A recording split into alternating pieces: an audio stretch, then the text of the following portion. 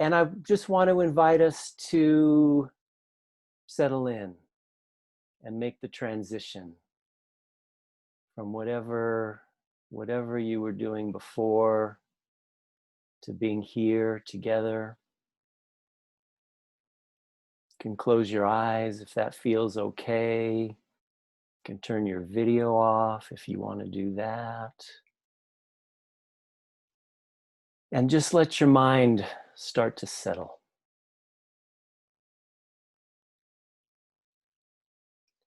Like sand thrown into a pond, settling down.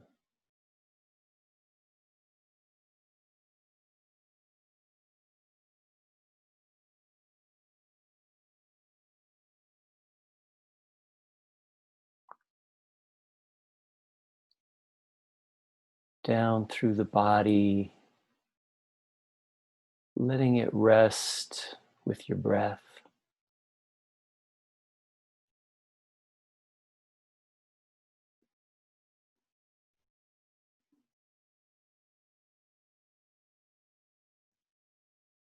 Really connecting here with your breath.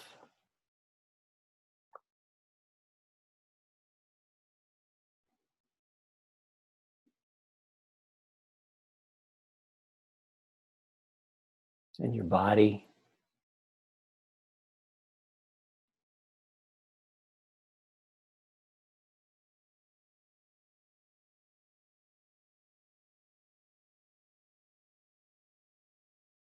Feeling the support of the earth.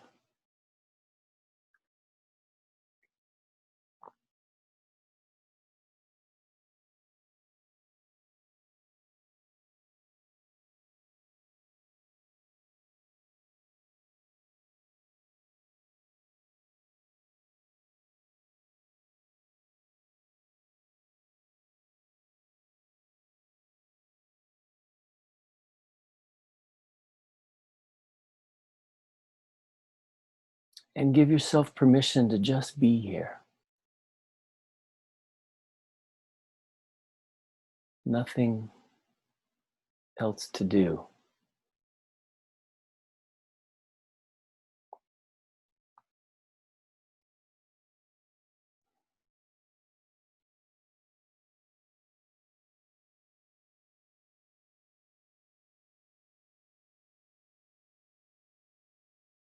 No thought,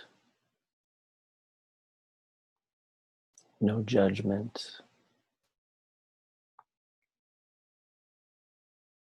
just here.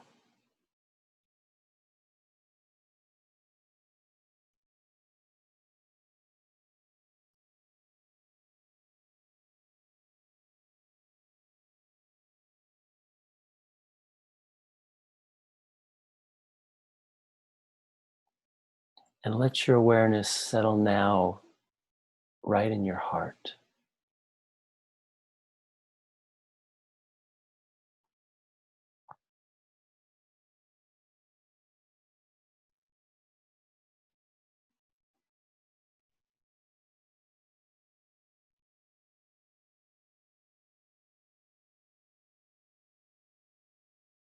Our topic today is very heart-centered.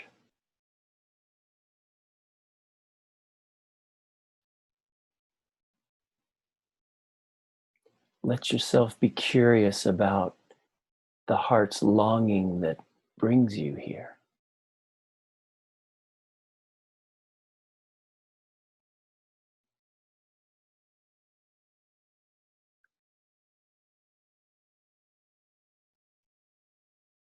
What is the deep longing that brings you here?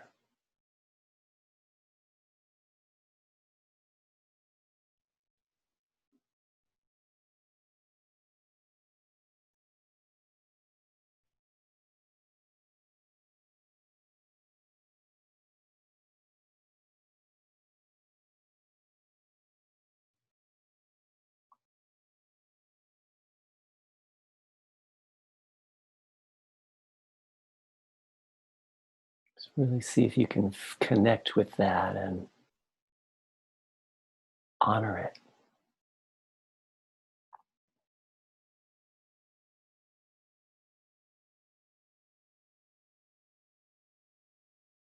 the deep truth of the heart's longing.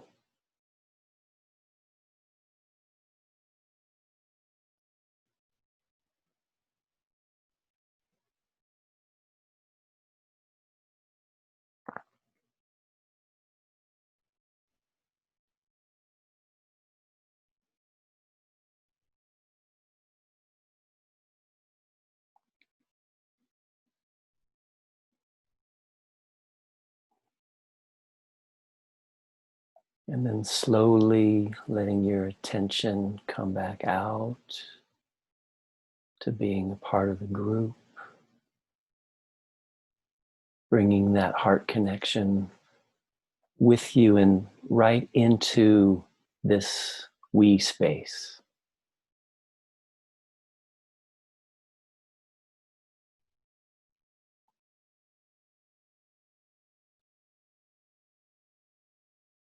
Take some time and just invite into your awareness some of these faces that are here, these people.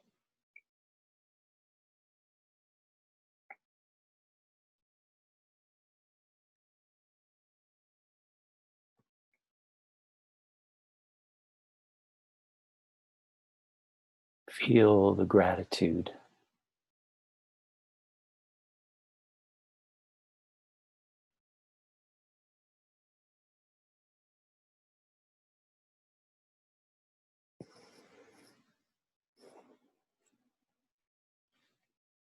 Thank you. So good to be here with you. So we are being recorded for those of you who came a wee bit late. I intend this as a conversation starter. It's really not possible, I think, to do justice to this topic in an hour and a half, especially with such a diverse group of people coming from different cultural contexts and levels of experience with restorative justice. So I hold it that way. And my commitment is to be available to keep this conversation going, however that looks. And we'll talk more about that. But be thinking about what you want and need going forward with this. I hope it's resonant enough for you that there is that desire to go deeper and deeper into this path of restorative justice and beyond that into the even deeper water that we're going to be exploring today. It requires a community of support. So I'm thinking a lot about how to support people wherever they are in carrying this forward. So I'm planning a very short PowerPoint presentation to begin with and get us kind of on the same page, then some small group discussion, and then opening it up to the larger group. And I want to introduce my colleague, Galen Myers, who's going to be supporting this with the chat. Galen and I are both part of the Inner Resilience Network of Transition US, and I think we might have some other folks with the IRN with us, if not now, maybe a little later. And I guess I should introduce myself a little bit more. I did that more fully in the interview that was recorded for the summit, and I'll make a couple references to that. I'm not going to assume everybody has seen that or even will see it, but in terms of restorative justice, it was about 15 years ago that I started my training in that. And I trained with 2 different programs here in Colorado.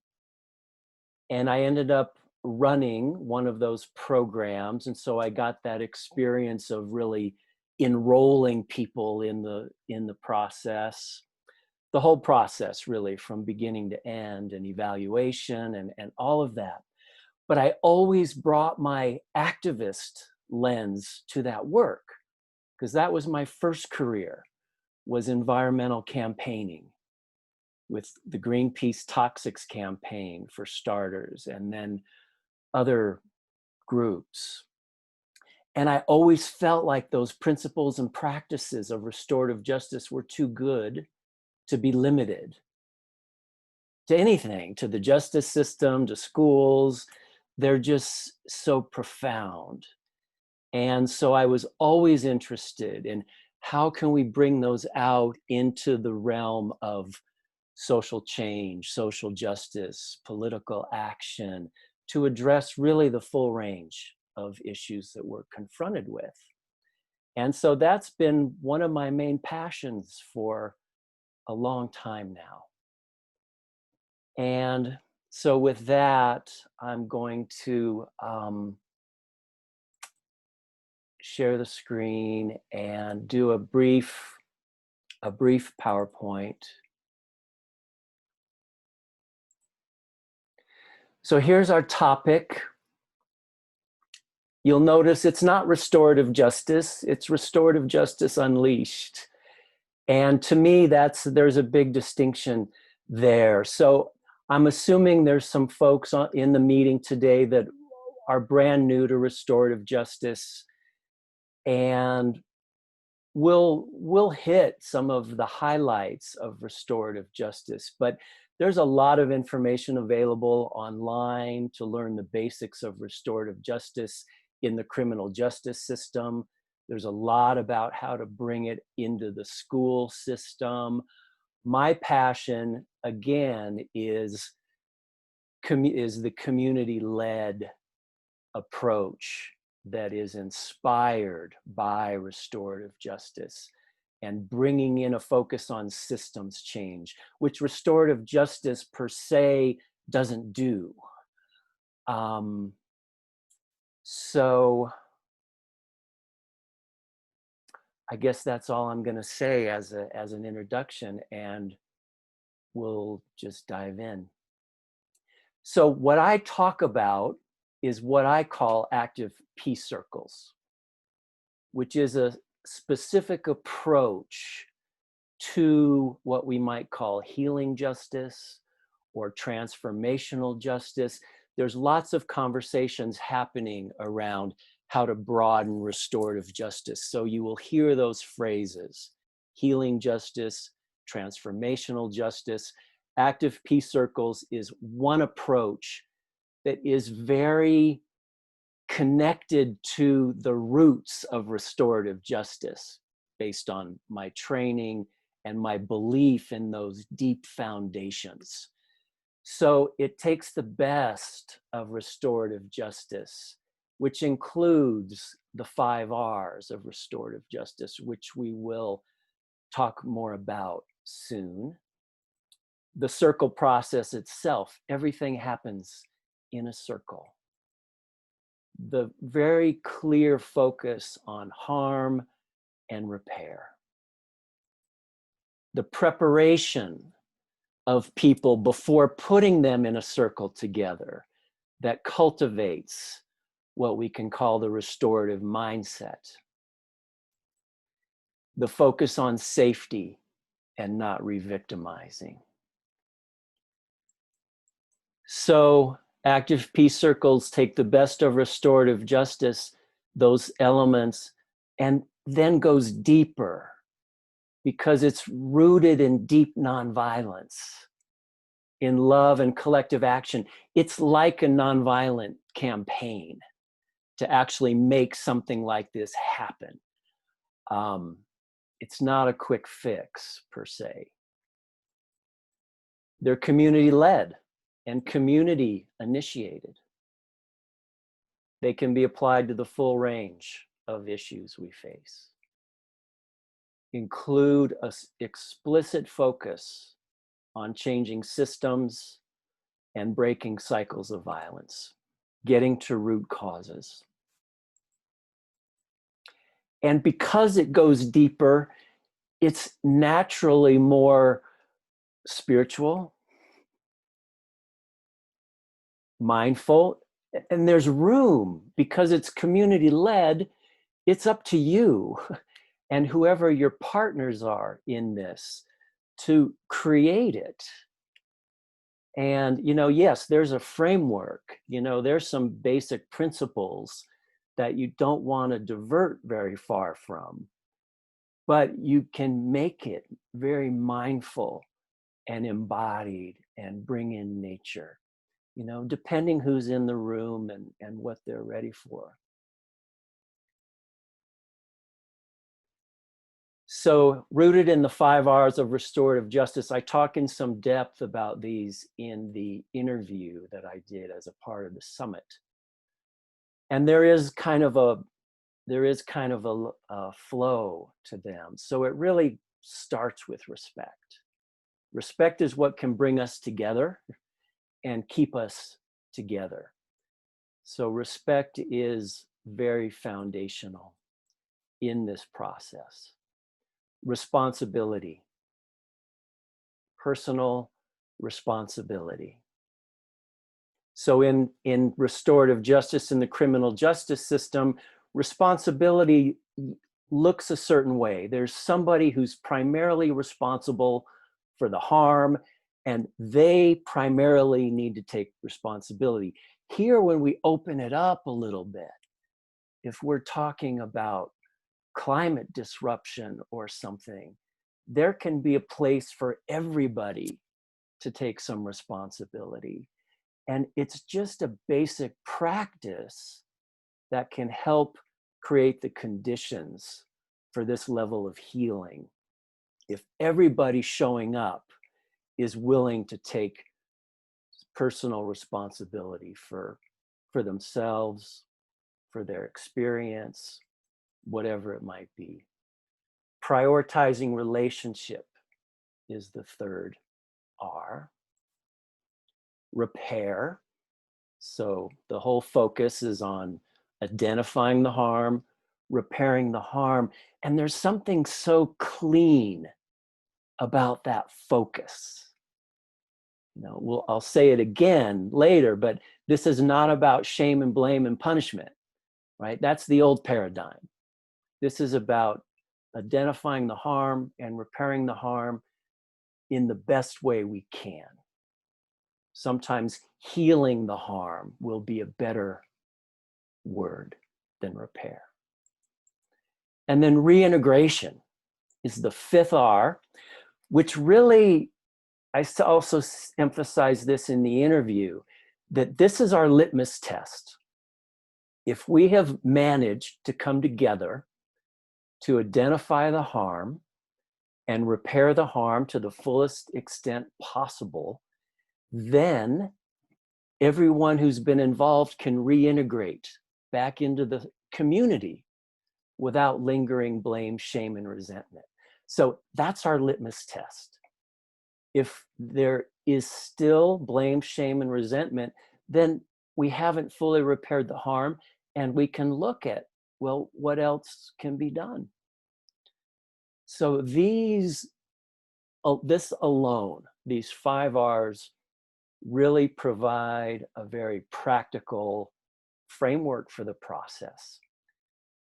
And it's one way that what I call active peace circles is very true to its restorative justice roots. I don't know that everybody who learns restorative justice learns the 5 R's, but it was very prominent in my training here in Colorado. So it's my belief that active peace circles can address harm and accountability related to anything you could think of, basically. This list is kind of my way of saying, yeah, you name it. And I think this process can address it. There are requirements, and we'll get to those in a minute. But, everything from climate disruption to unhealthy group dynamics, just, naming the harm. Practicing some radical honesty in a heart-centered way.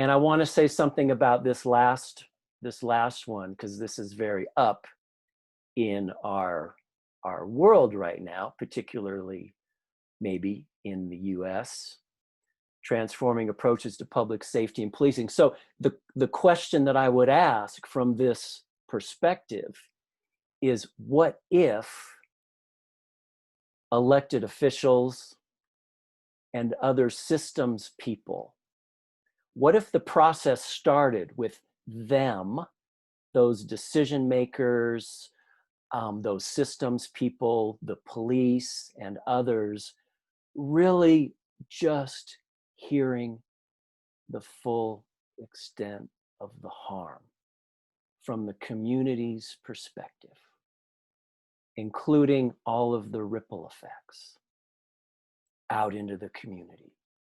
What if that were a starting point? That's the question I'm asking in my community as we grapple with this. And I pose it in a general way because I think it's a game changer. So I'll leave it at that for now. But you know, that's one way to bring this restorative mindset into the fray, is to just think about, yeah, harm and repair.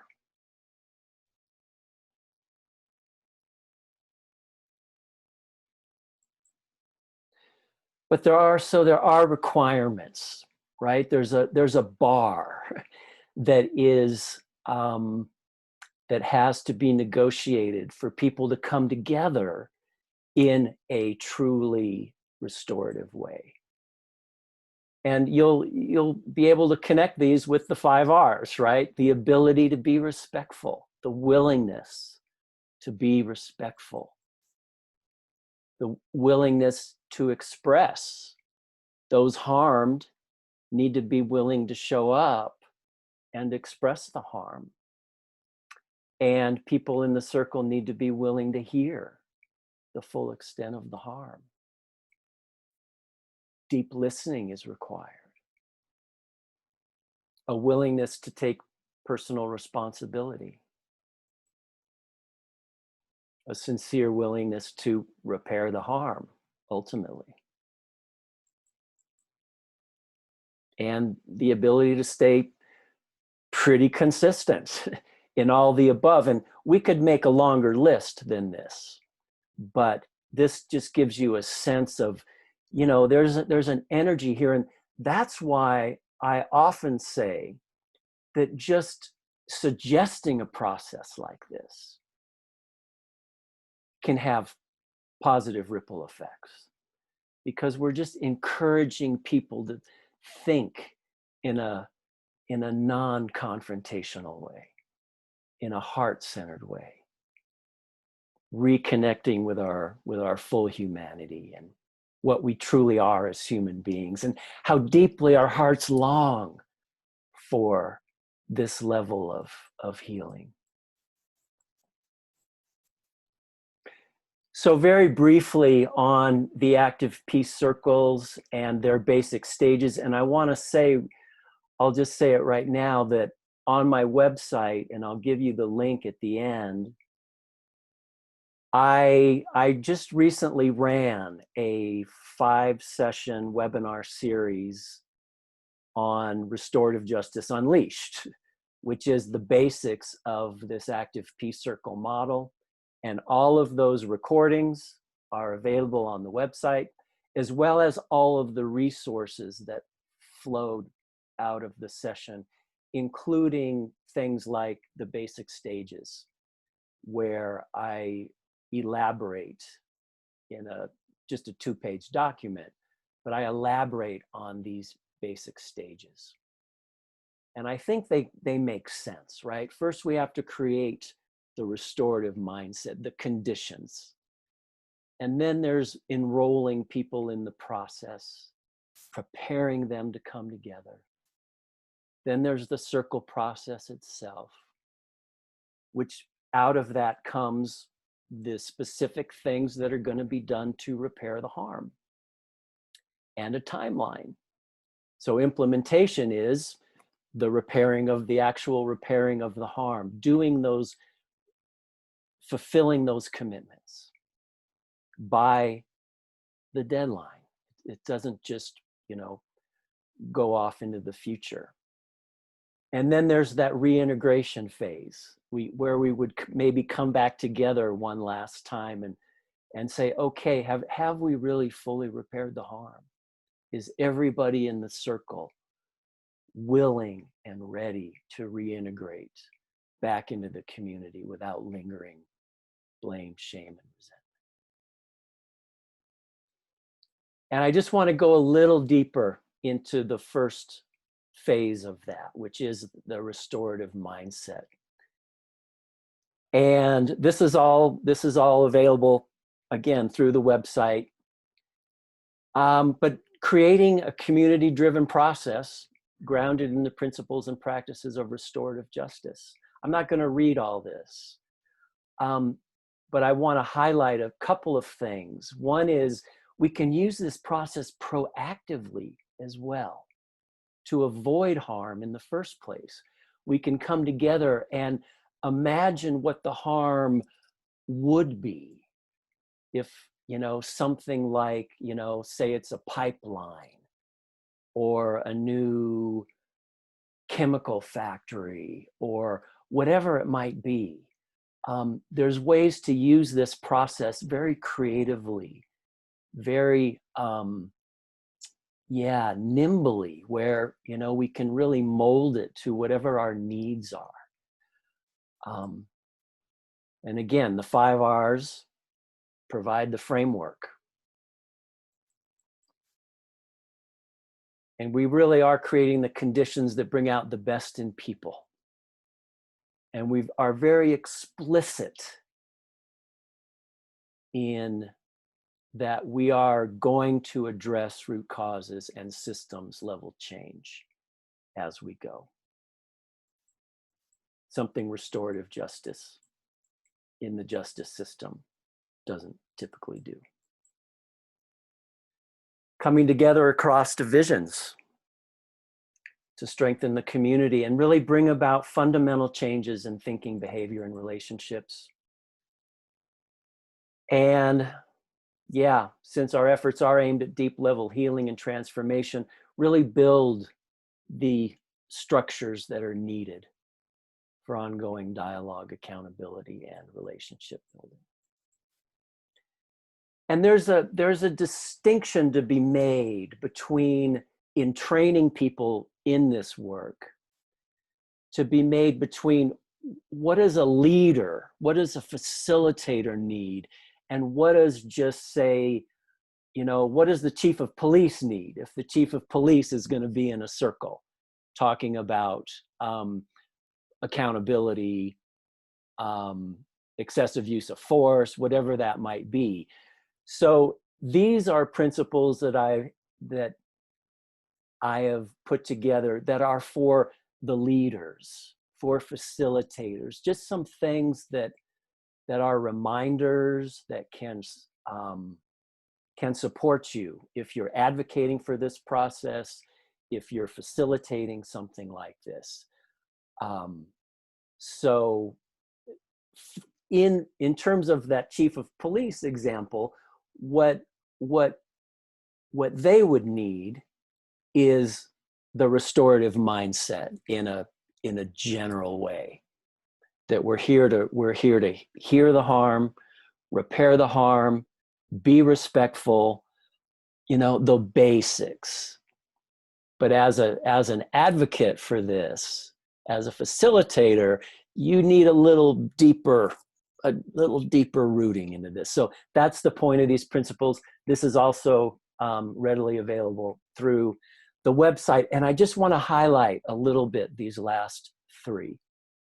So for me, my deepest passion is contributing to healing the belief in separateness, the belief that we are separate from each other, from the earth, and from spirit. And for my money, this process right here is the best practical way that I know of to really get at that, to live into the truth of our interrelatedness. So I hold it at that level when I teach it, when I practice it. So we are healing the root causes of disrespect and violence, which to me is the belief in separateness, through the direct experience of our interrelatedness. And we move forward knowing there's no guaranteed outcome. That's really important. And that's hard, you know, non-attachment to outcome for people who orient to society as activists. Non-attachment to outcome can really be the hardest thing.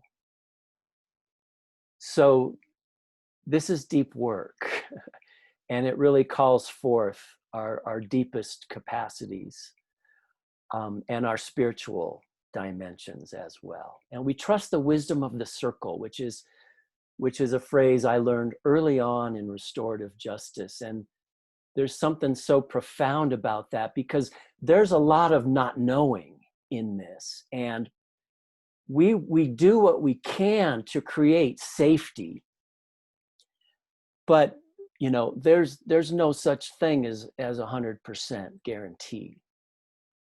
So there, especially as a leader, as a facilitator, there has to be a certain trust that we've done the preparation, people are as ready as they're gonna be, and we're gonna hold the space as best we can. And if it goes south, we'll end it, you know. We're not gonna allow people to be harmed in fresh ways. But there's a sense of being able to trust the wisdom of the circle, the collective wisdom, and the collective heart that has gathered. So again, all of those resources and the recordings are available on my website. And that is it for the PowerPoint. So,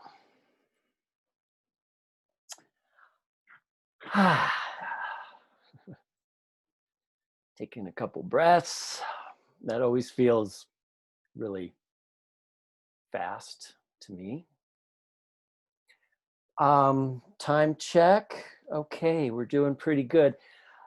I wonder if there's any initial questions. So here's where I thought we would go from here, is small breakout groups of 3 to 4 people. And the question is, what is the question? What's alive for you with this topic and what's been presented thus far? So I thought to just offer you a chance to, staying heart-centered, just what's alive for this, you know, what, and whatever that looks like for you. I don't want to try to define that, but just what's alive for you, and just share that amongst yourselves. And then I thought we would come out and just have some open discussion. So we've got a fair chunk of time. So I'm wondering if there's any initial questions that would really support you in the rest of the session today. I see Gaia. I'm gonna, yeah, please, if you have something, just go ahead and unmute yourself or raise your hand or whatever. Thanks, Scott.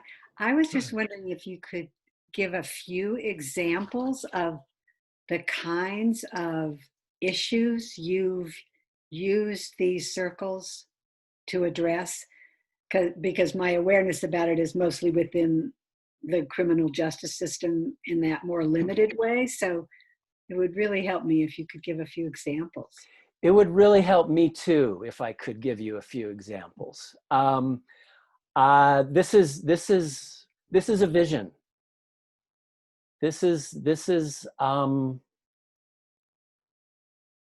Yeah, this is a way to create a new paradigm, and I'm planting seeds for doing this. There is currently more interest in this than ever. I am very much hoping to use it very soon in healing harm within a spiritual community around sexual abuse and abuse of power. I'm very much hoping to use it here locally in Boulder, Colorado, in my collaboration with the NAACP in promoting racial justice. And I'm hoping that people like you will take it and go with it and put it on the ground. The universe is clearly calling it out. But I don't have, what I can say on kind of a different level, again, is just the way it can support the interpersonal dynamics within small groups that I have experienced with just, my own in the way I show up for being in a group, more willing to listen deeply, being willing to name. I'm a longtime conflict avoider. And so, stepping into this and normalizing conflict and appreciating that it's really where the juice is, helps me name harm, be responsible for harm when it's my turn to take responsibility for something. So I wish I had more to say about that. Hopefully soon. But I appreciate the question. Any others? I see Becky. Hi, I wondered if you could speak to the taking responsibility a bit more. Just kind of how do you start to negotiate the barriers that usually stop people taking responsibility for their actions and for harm that they've caused? Yeah, that's such a great question. So a scenario that is very alive for me right now, that it's alive in our world, and I'm also using it in a current webinar that I'm doing, is, let's imagine that protesters, defenders of Black lives, had a major march, and they took over the street and they met a line of police. The police asked them to disperse. Some of them did, most of them didn't. The police move in with pepper spray and pushing people back, pushing some people to the ground, and citing them for resisting arrest, whatever it might be. So let's imagine that is our scenario.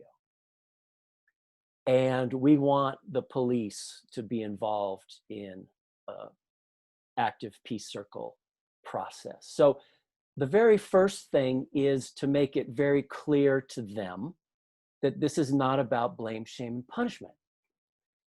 To just really define and clarify as many times as you have to, that this is not about that. That in this scenario, it would be about hearing from the community about what the harm was from the community's perspective. The police will have their own story of harm and being victims and being afraid. And maybe we can make a space for that too, but let's say our initial focus is the community and the impacts to the community and how that ripples out. And so we would ask the police to show up open-minded to simply just hear the harm. That would be the first step. And if that's as far as we got, I think even that would be meaningful, and potentially have some ripple effects.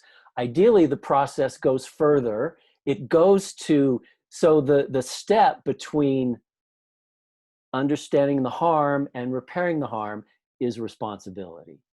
So the police would need to be willing to take responsibility for that harm. And the police will often say, we work for the community. We are about community safety. And, you know, it's a new era out there. We have a brand new chief of police here in Boulder who brings a background in reform and talks a good game. We'll see. Can they, in good faith, in the preparation phase, right? This wouldn't be bringing the, you know, we're not there yet where we've brought police together with the people who were harmed on the front lines. In our preparation of the police, they would need to have a sense of what the harm they were going to hear in the circle was.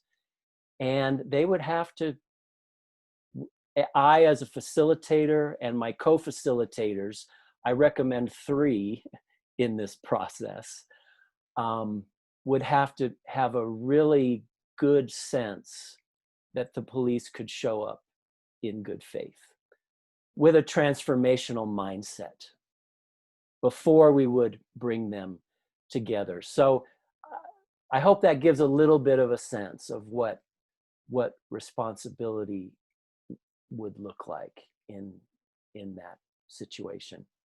I see Gary. I think let me do a time check. Yeah, I think we're still doing pretty good. Maybe we have time for one or 2 more. Gary, you want to go? Yes, thank you. I think my question might be a little bit of a follow-up on Becky. I'm wondering,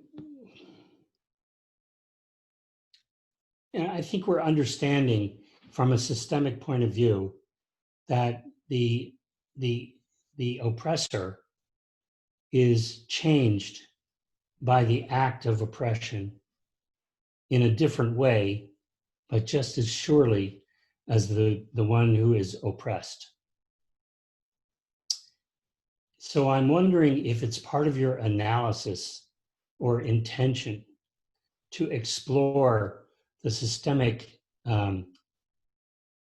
dynamics that bind the oppressor to these acts as part of, let's say, recognizing the forces that are involved so that we can get to a restorative mindset, you know, on a systemic level. Absolutely, and well said. Yes. So that's where it gets really deep. And one of the beauties of this approach to healing justice is it brings it full circle back to its indigenous, it starts to bring it full circle back to its indigenous roots, where you could really involve the whole community in some way in the process. And you could take the time that you needed to unpack it. So one of the books that I really love is called Returning to the Teachings. It's by a Canadian judge who spent a lot of time in Aboriginal communities learning about their justice systems. And one of the communities that he highlights is working on healing generational sexual abuse. So sexual violence in the community that's really been handed down for generations. And they fully understand that this is a long-term process. And people need all kinds of, perpetrators need all kinds of support to get to that level of healing. And they offer it. They offer whatever support is needed. And so it's a very inspiring model of what's possible. You know, one of the things about restorative justice in the criminal justice system is it's really time bound. You know, you've got one circle, one preparation meeting, typically, and that's it. And here, because this is community led, you know, we can create it in a way that meets our needs as communities. Thanks, Gary. Maybe one more, and then we'll go into the small groups. I see Dita. I just had also a question about responsibility, but going in the other direction. So the cases of, for instance, the police aggression or whatever, however we want to see it, they're kind of quite clear. There's a aggressor and oppressed person. And there's a lot of injustice that is perhaps a bit less clear, where people may take on more responsibility than they actually are responsible for. So I've experienced in groups, there's always some people who are really eager to take the blame, maybe as part of their own trauma. So is there something like taking too much responsibility, and is it relevant? Probably, yes. Yeah, I love that. And, you know, that would be a great thing for the facilitators to hold. And one thing in thinking about, well, who's going to facilitate a circle like this is, you know, bringing in people who can complement each other in their skill sets. And yeah, so I would assume that too much responsibility is possible, and not enough responsibility too. And there's one of the questions that can come up, even when it might seem clear that there's a particular perpetrator or perpetrators. One of the questions that can come up, and you need to be careful with it, is there some way that other people might have contributed, supported in some way, allowed this, condoned it? You know, and this can be a place for white people in a racial justice context to really kind of start to look deeper at some of their responsibility around some of the things that are unfolding. So you're really getting at a lot of the depth of the process and a lot of the great questions that naturally come. And I'm sure we could keep going. So let's go ahead and, I don't know, Galen, is there anything else in the chat that needs addressing before we go to the small groups? No, but I encourage folks to keep using the chat. Okay. So let me see here. I think let's do about 20 minutes in the small groups. And the question again, and Galen, is that in the chat yet? What's alive for you with this topic? And what's come out so far? What's been presented so far? The questions, the answers. I don't know if we can call them answers, but the responses. And just, yeah, I just invite you to stay with your heart as much as you can. And that initial invitation, you know, what is the heart's longing that brought you here? And so we'll spend 20 minutes, and then we'll have a little bit of additional time for some more questions and conclusion. Okay, so I'll see you in a few. Enjoy yourselves.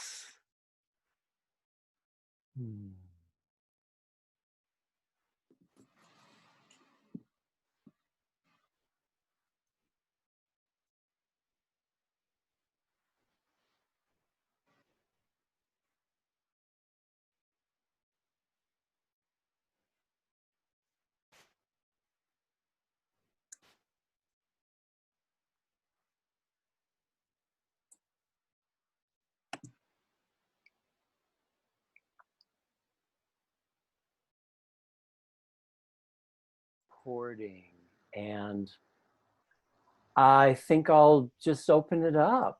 How was that? Any questions, comments, anything you want to share around what's alive with you with the large group? So we have about 15 minutes.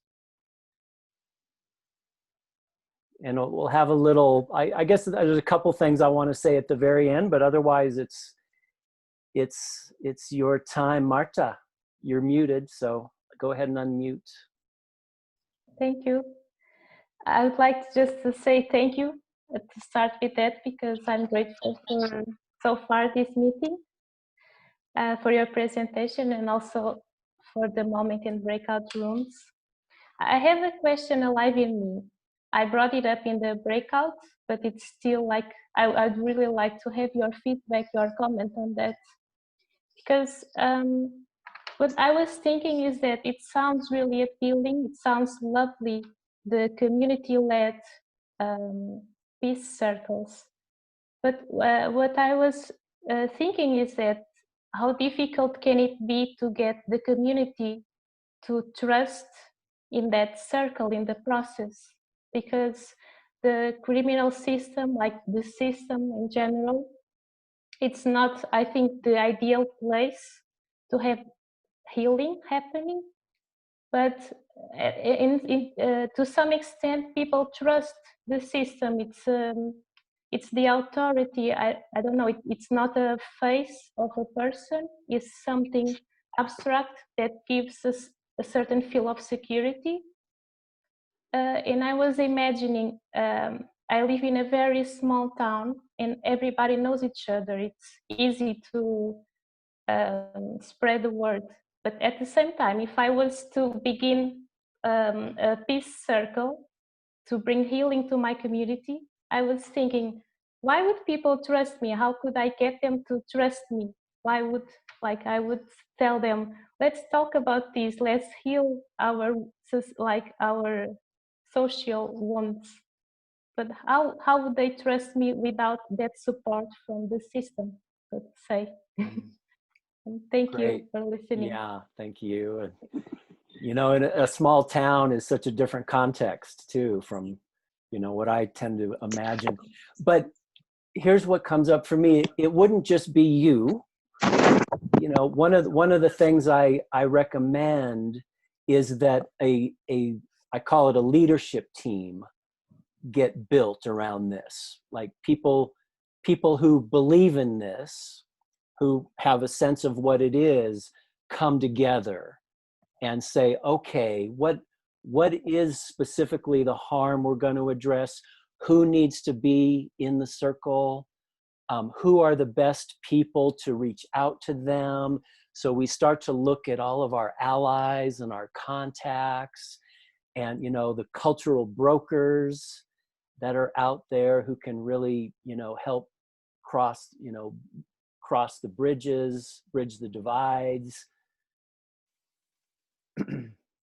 And there's just something about the intention of this, the energy of this, that is new in a sense, and that I think a lot of people will end up feeling like it's something they're willing to give it a chance.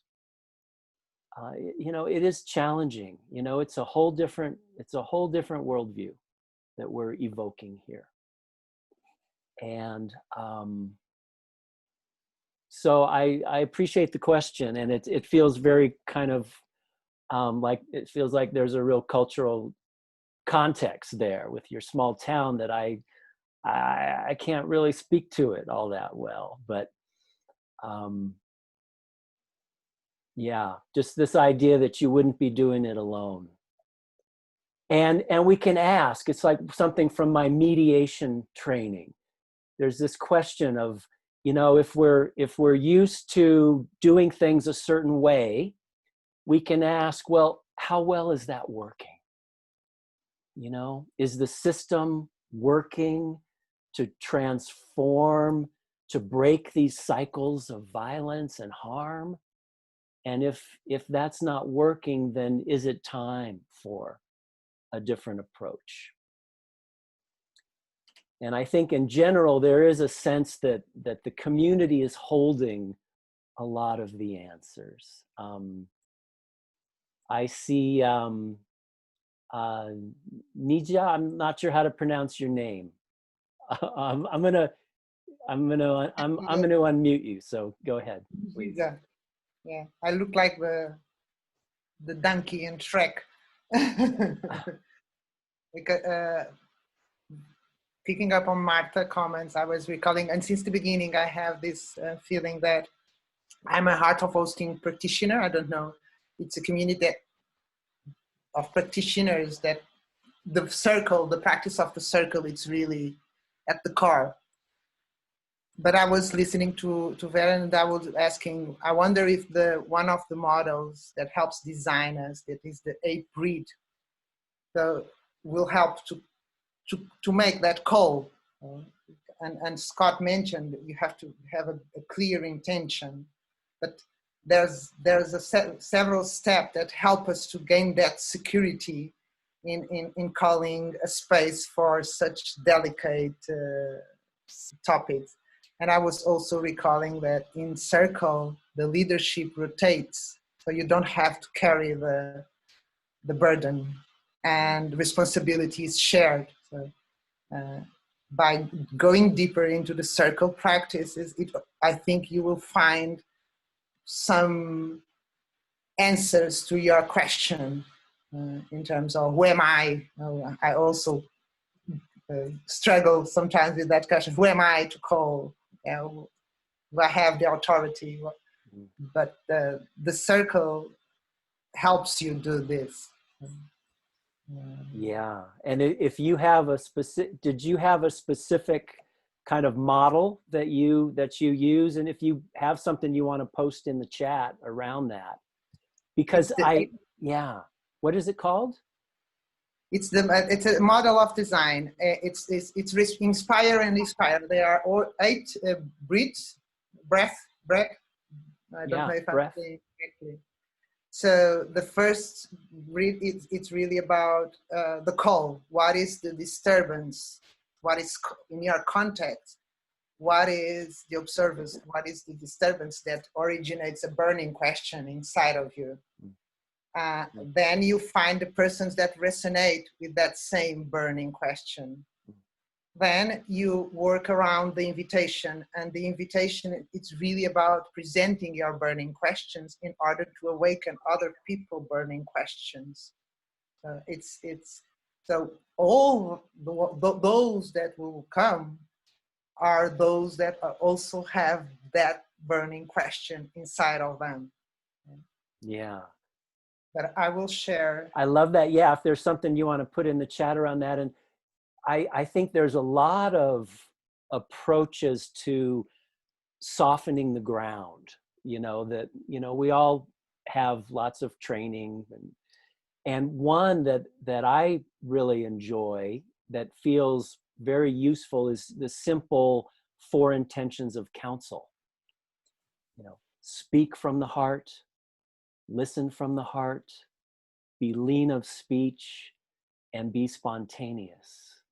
I mean, that is a great way to just, again, there's something about being in the heart here, because our mind will trash this in a nanosecond, like, our cynical, fearful nature can really undermine something like this. And so staying in the heart just feels really essential.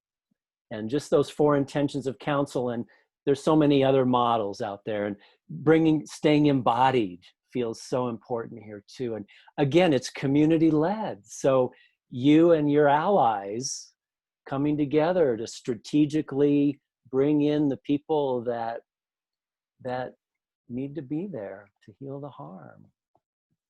Great, good stuff.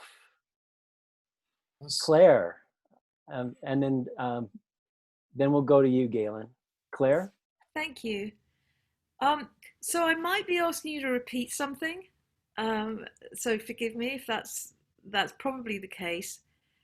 At the beginning, you shared a lot of information, and I was interested in that. I'm going to review it when you release the video. But my question is, in your experience and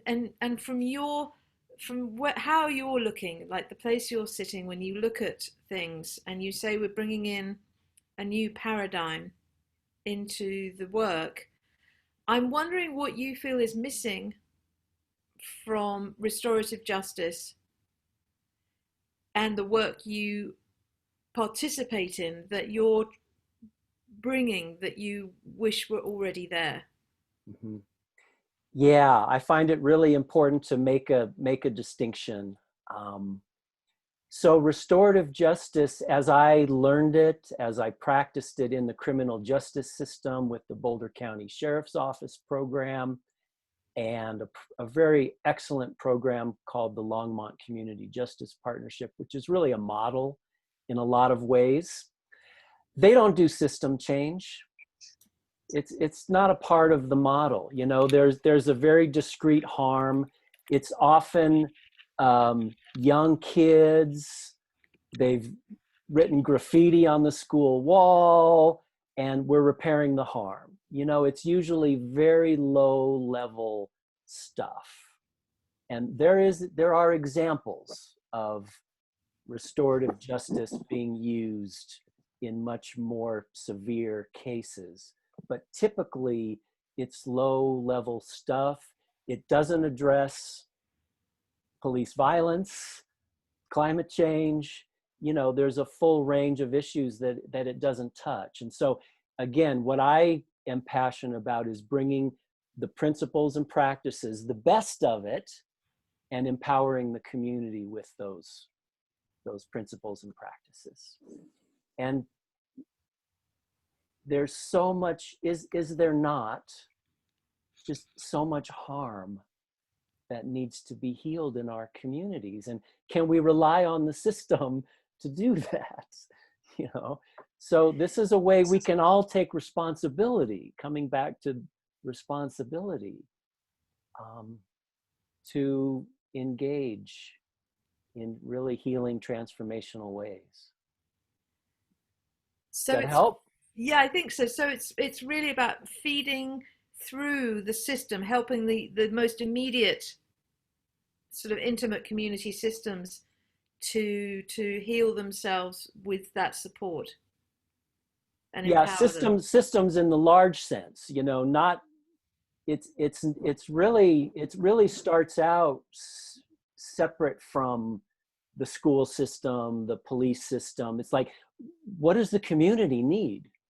Right. You know, and then we as community members can look at, okay, who from the system needs to be here? Because if we're going to change that system, we want them in the circle. You know, they're going to have a lot to say about how to transform that system, but they're not going to be leading it. We are. The community. Thank you. Yeah, I get it. Okay. Thank you. Galen, did you still want to say something? Well, actually, I just wanted to point out that Claire had that question in the chat, but it leads into, you know, one of the things that came up in my group. It was a really rich conversation. One of the things that I brought up, that I share with the group, is how all of this feeds into one of my passions is about viewing these things as a common pool resource, that public safety and well-being is a common resource. And I really appreciate the element of responsibility, like really learning as a community together how to take more responsibility for our public safety and our well-being and for our relationships with each other, and viewing that as something that we have to cooperate on, and the various systems that exist, whether it's the police systems or the justice systems or the education systems, they have a role to play in that, but they simply can't do it for us. And so this is really a transformative learning process to take that responsibility. And so I really deeply appreciate that. And I thank you for your teachings. Yeah, thanks, Galen. It reminds me, I posted something in the chat while you were in the groups related to responsibility in response to a question.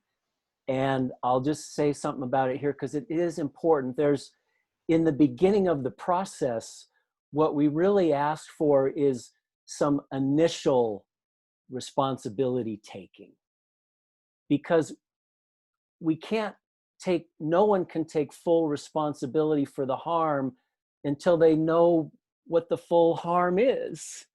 And we won't know that until we come together in the circle and hear from everyone in the circle. That's another thing about restorative justice that's so potent that I bring into this, is everyone gets a voice, including those who caused the harm. And everyone who was harmed and their supporters, everyone gets a voice. The facilitators just facilitate, but everyone else gets a voice. And so, but again, there has to be this sense that there's a good faith willingness to show up and be a part of a healing process. And we're out of time. So I just want to thank you so much for being here.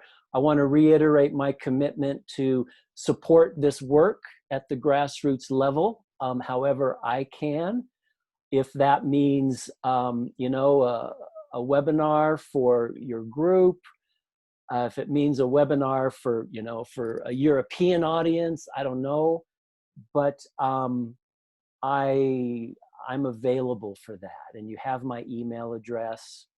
I think the Inner Resilience Network of Transition US is very close to being on the Conflict Transformation Summit Mighty Network site as a place where we can continue this conversation. And if you have ideas on how to continue this conversation, I would love to hear from you. I will send the recording and the chat. And thank you so much. I will, let me unmute everybody and we can say goodbye. Thank you. This was brilliant. Goodbye. Thank you. Thank you very much. Thank you, Scott. That was wonderful. Thank you, Scott. Thanks, Thanks a lot. everybody. Take care.